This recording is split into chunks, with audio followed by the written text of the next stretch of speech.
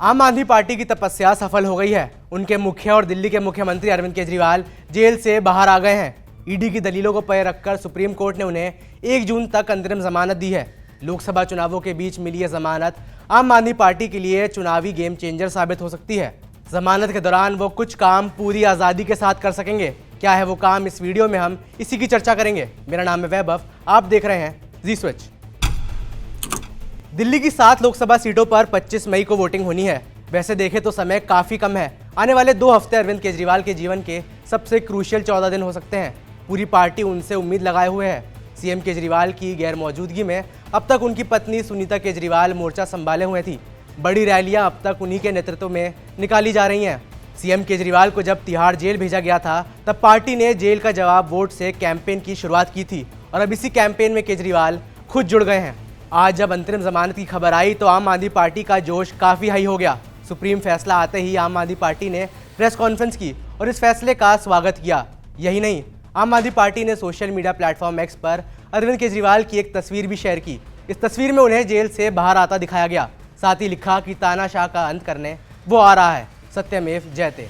ये सत्य की जीत हुई है। दिल्ली सरकार में मंत्री आतिशी ने केजरीवाल की रिहाई को सच्चाई की जीत बताया। उन्होंने कहा कि केंद्र की बीजेपी सरकार अब हार रही है। अरविंद केजरीवाल जी को चुनाव में प्रचार में आने के लिए जमानत जो सुप्रीम कोर्ट ने दी है, इस फैसले से लोकतंत्र की रक्षा होगी। वही अरविंद केजरीवाल को जमानत मिलते ही पार्टी मुख्यालय में जोश का माहौल हो गया। कार्यकर्ता जश्न मनाने लगे और एक दूसरे को मिठाई खिलाते नजर आए। अब बड़ा सवाल यह है कि अरविंद केजरीवाल अंतरिम जमानत पर बाहर आए हैं तो वो क्या क्या कर पाएंगे। क्या वो चुनावी रैलियां कर पाएंगे? क्या वो भाषण दे पाएंगे? क्या वो सरकारी कामकाज देख पाएंगे? अरविंद केजरीवाल के चुनाव प्रचार को लेकर किसी भी तरह की शर्त नहीं रखी गई है। अरविंद केजरीवाल जहाँ चाहें वहाँ चुनावी रैली कर सकते हैं, रोड शो कर सकते हैं और जनसभा कर सकते हैं। इसके अलावा उनके भाषणों पर भी किसी तरह की रोक नहीं होगी। यही नहीं, उनके भाषणों के टेलीकास्ट पर भी कोई पाबंदी नहीं होगी।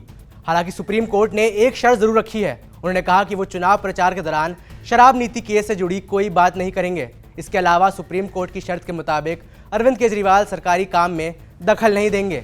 यही नहीं, वो कोई भी आधिकारिक काम नहीं करेंगे, क्योंकि अगर ऐसा हुआ तो वो हितों का टकराव यानी कॉन्फ्लिक्ट ऑफ इंटरेस्ट हो सकता है। अरविंद केजरीवाल को 1 तारीख तक अंतरिम जमानत मिलने से आम आदमी पार्टी ही नहीं बल्कि इंडिया गठबंधन को भी काफ़ी फायदा हो सकता है, क्योंकि दिल्ली की सभी 7 सीटों पर 25 मई को वोटिंग होगी। हरियाणा के भी सभी 10 सीटों पर 25 मई को वोटिंग होनी है, जबकि पंजाब की सभी 13 सीटों पर 1 जून को वोटिंग होगी। चूंकि अरविंद केजरीवाल इन 3 राज्यों में आम आदमी पार्टी और इंडिया गठबंधन के लिए चुनाव प्रचार करेंगे, लिहाजा इसका फायदा विपक्षी गठबंधन को हो सकता है। इधर आम आदमी पार्टी खुशी का ठिकाना नहीं है तो उधर बीजेपी को केजरीवाल की रिहाई रास नहीं आ रही है। बीजेपी नेता मजिंदर सिंह सिरसा ने कहा कि आम आदमी पार्टी की खुशी बस 20 दिनों की है, इसके बाद केजरीवाल को दोबारा जेल जाना पड़ेगा। आज मानयोग सुप्रीम कोर्ट के जजमेंट के बाद क्लियर हो गया, उनको 1 तारीख के लिए केवल चुनाव के लिए कोर्ट ने अलाउ किया है और 1 तारीख के बाद उनको दोबारा जेल जाना होगा। सीएम केजरीवाल को ये 20-22 दिन की खुशी कितनी मुश्किल से मिली है, ये उनके वकील ही जानते हैं। अरविंद केजरीवाल के वकील अभिषेक मनु सिंघवी ने कोर्ट से 5 जून तक की जमानत की मांग की थी। मकसद शायद यही था कि 4 जून को लोकसभा चुनाव के नतीजे आ जाएंगे, उसके बाद कानूनी कार्रवाई आगे बढ़ सकती है। हालांकि ऐसा हुआ नहीं। जस्टिस संजीव खन्ना की बेंच ने उन्हें 1 जून तक के लिए अंतिम जमानत दी। साथ ही निर्देश दिया कि 2 जून को अरविंद केजरीवाल को सरेंडर करना होगा। गौरतलब है कि अरविंद केजरीवाल को ईडी ने शराब नीति केस में 21 मार्च को अरेस्ट किया था, जिसके 50 दिन बाद उन्हें अंतरिम जमानत मिली है। इस दौरान 40 दिन सीएम केजरीवाल तिहाड़ जेल में बिता चुके हैं। आज जब कोर्ट में दलीलें दी गईं तब भी ईडी ने पूरी कोशिश की कि अरविंद केजरीवाल जेल में ही रहें। ईडी का कहना था कि चुनाव प्रचार जमानत का आधार नहीं हो सकता, क्योंकि ये कोई मौलिक या कानूनी अधिकार नहीं हो सकता। ईडी ने यह भी कहा कि जमानत देने से गलत मिसाल कायम होगी। आने वाले समय में अलग राजनेता प्रचार के नाम पर जमानत मांग सकते हैं। तर्क जो भी रहे हों, सुप्रीम फैसला तो यही है कि केजरीवाल अगले 20 दिन जमकर चुनाव प्रचार कर सकते हैं। अब इसका वोटिंग पर असर होता है नहीं, ये तो देखने वाली बात होगी। केजरीवाल की रिहाई पर आपकी क्या राय है, यह हमें नीचे कमेंट्स में बताएं। मेरा नाम है वैभव, देखते रहिए जी स्विच।